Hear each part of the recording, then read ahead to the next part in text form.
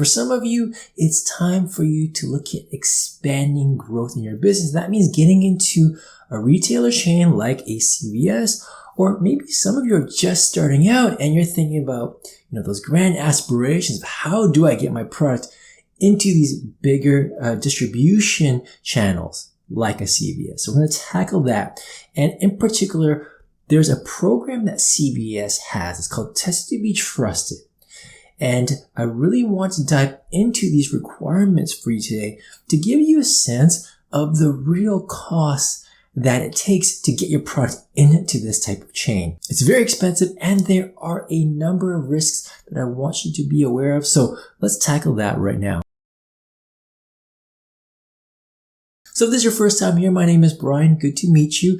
I'm here to help you grow your dietary supplement brand business, right? Whether that's food, supplements, natural health products. I've got over 15 years of experience in this space, understanding the regulations and quality systems and requirements in North America, right? So I bring this type of expertise currently to large CPG organizations, billion-dollar global organizations, or small and medium-sized businesses as well. So I'm here to educate you guys and give you the information up front, tell it how it is, so you can make more informed and better decisions for your business. So let's get to it. Tested to be Trusted. This is a special program that CVS launched, 2018 or so, 2019, where it's essentially a third-party testing program. So essentially they're saying, if you want to sell your brand into a CVS store, you need to follow this Tested to be Trusted program, and you need to pass all our testing requirements in order for you to be brought into the store.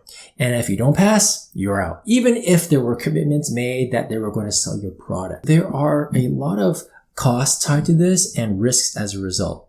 I will say that I think this is a really good marketing scheme. I don't know if that's their intention. Maybe it is providing real assurance to their consumers. I get the intention, but it also makes for a great fanfare, right? And, we're the only ones that have this program, or we actually do extra testing and all this stuff. But, in my opinion, it doesn't matter how much testing you do. What really matters is how you build quality into a product. I think that is really what matters. Test. Sometimes you get, out of the luck of the draw, roll of the die, you pass, right? So testing to a certain degree is beneficial, but sometimes doesn't tell the whole story. So, in my world, testing is only part of the equation. Anyway, off topic a little bit. So Tested to be Trusted. So what are they doing? They're essentially requiring you to send actual product samples to them so that they can do further testing. They have their own requirements in terms of what they're testing for, and there's really no say on your part. They're just going to count how many ingredients are in your supplement facts panel and then determine, and essentially they're going to try to test for every ingredient, essentially. Some ingredients, there might not be a test method available. Sometimes a botanical ingredient or a special type of dietary ingredient doesn't have a test method. It does happen. But for all the other ingredients out there that does have a test method, they're testing it. And they're also dictating the cost. Like, you don't have the ability to go and shop around at a lab to find better cost for you. It's kind of like a set price and you're just eating the cost, right? And to give you a sense, let's see what they're testing for. So not only are they looking at the presence or absence of the ingredients you have in your supplement facts, they're also testing the potency, like the amount that is stated on your label, which makes sense to do. They're also testing for heavy metals. They're going to test your product for arsenic, cadmium, chromium, mercury, lead, and then they're going to test it for pesticides, right? And regardless of whether your product has an ingredient, like a botanical ingredient where pesticides is an issue, they're just going to test it for pesticides. So there's a cost to that. The microbiological components, your microbiological contaminants, salmonella, E. coli, listeria, etc. I don't know if you're testing your product against some of these components, like pesticides, heavy metals, etc., but it doesn't matter, right? The Tested to be Trusted program dictates here's what they're testing for. And other claims, free from claims, maybe you have a gluten-free claim, right? They're going to test for that. And so what does this mean for you? These tests aren't cheap. Heavy metals panel test costs you like $150. A pesticide panel, this is a lot of pesticides that they screen for. So maybe that's $300. If you want to test for your supplement facts ingredients, that could be like $100 a pop per ingredient. Let's say $100 to $200 a pop. If you've got a botanical ingredient that is not commonly tested and only certain labs can do it or have a method for it, they could do that test, but it's going to cost you upwards $500 for $400, even higher, just for that test. Okay, just for that one herbal ingredient. So you add it all up, your test could be easily in the $1,000 range or more. And so that's per product. What if you reformulate your product 6 months from now? You're going back to the drawing board on the test that you're starting from scratch. So there's a lot to factor in from a cost standpoint. And on top of it, there's no guarantees, right? So I really want to highlight that there's no guarantees. If your product gets a hit, or has a high number, maybe not enough to trigger any sort of reject or issue, but it creates a tension that might merit further testing. So now you have to send it back in for testing, another, $1,500 out of your pocket. Maybe you have conflicting results. Maybe the heavy metals in your product that you had tested yourself at the manufacturer was clean, but then for whatever reason, CVS, that number, they got a hit. Now you've got conflicting data. What do? Further testing. It's going to cost you some more. Investigation costs you time. It's going to delay your launch. You can't get your product into CVS. So there's a lot of things to factor in here with the Tested to be Trusted program. Now that's just the testing component.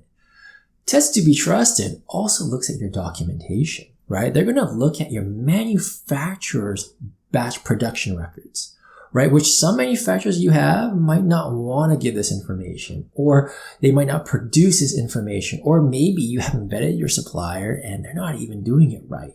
And they don't have the documentation. Like, fingers crossed that's not the case, but I've seen that happen, right? They're also going to dive into your ingredient documentation. They want to know where your ingredients are from. Was it tested? How was it tested?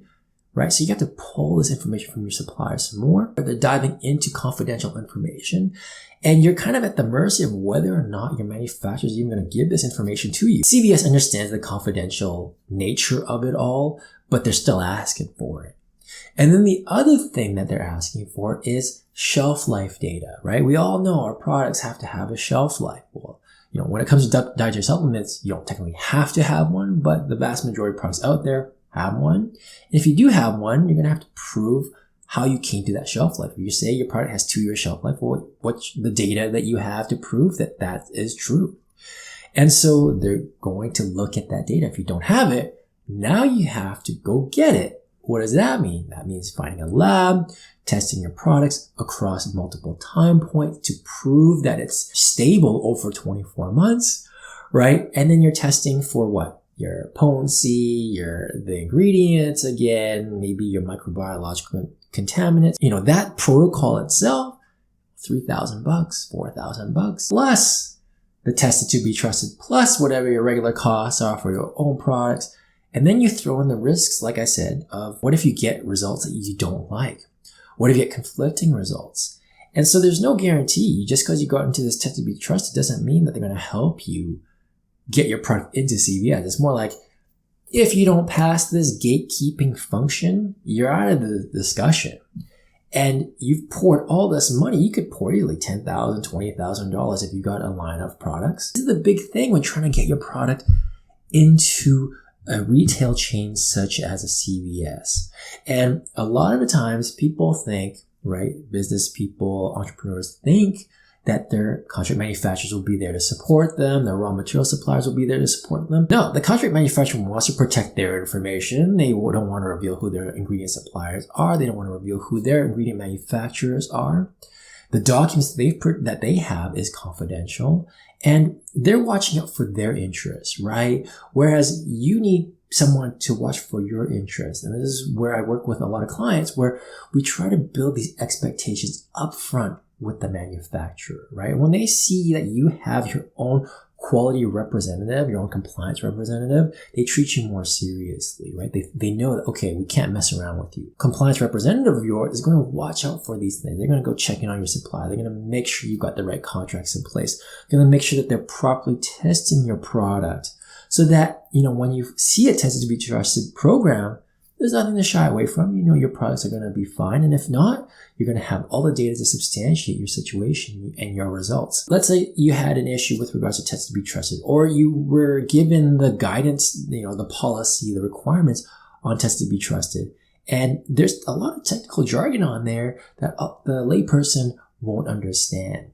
And this is why, again, when you have a quality representative for you, just like how you have your own lawyer, your own accountant, they're going to translate that information and tell you what you need to know in the context of your business and also lay out the ramifications, the costs. Not easy to get your product into a CVS. I'm sure that once you get into a CVS, that exposure, that distribution play is going to help elevate your business.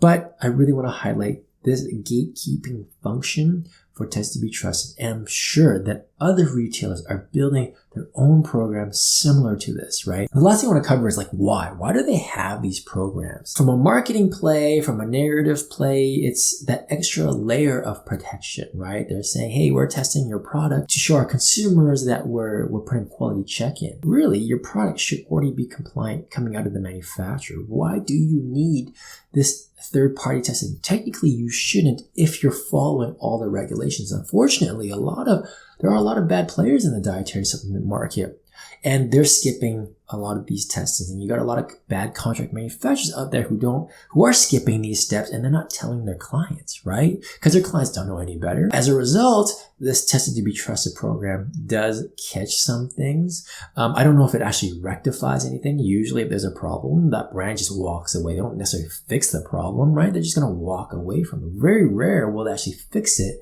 and address it. And on top of it, this is to help protect CVS, right? At the end of the day, they don't want to be liable. They don't want a lawyer going into their product shelves, testing their product, even though it's not their brand. They're just testing a product that they found in the CVS, see that it's under label claim, and then suing CVS. They're not going to sue the brand. They're going to sue CVS. CVS has way deeper pockets than the brands in some cases, right? Or many cases. So they're going to sue CVS. So CVS has created this to pretty much cover their ass, I think, from that standpoint. But they're telling it from the point of view of, hey, it's about protecting the consumer, an additional layer of quality check, yada, yada, yada. But anyway, I'm going to leave it there. Hopefully you found this information useful. If there's anything else you'd like me to cover, if there's another topic or question you have, let me know in the comment section down below. I'll check you in the next one. Cheers.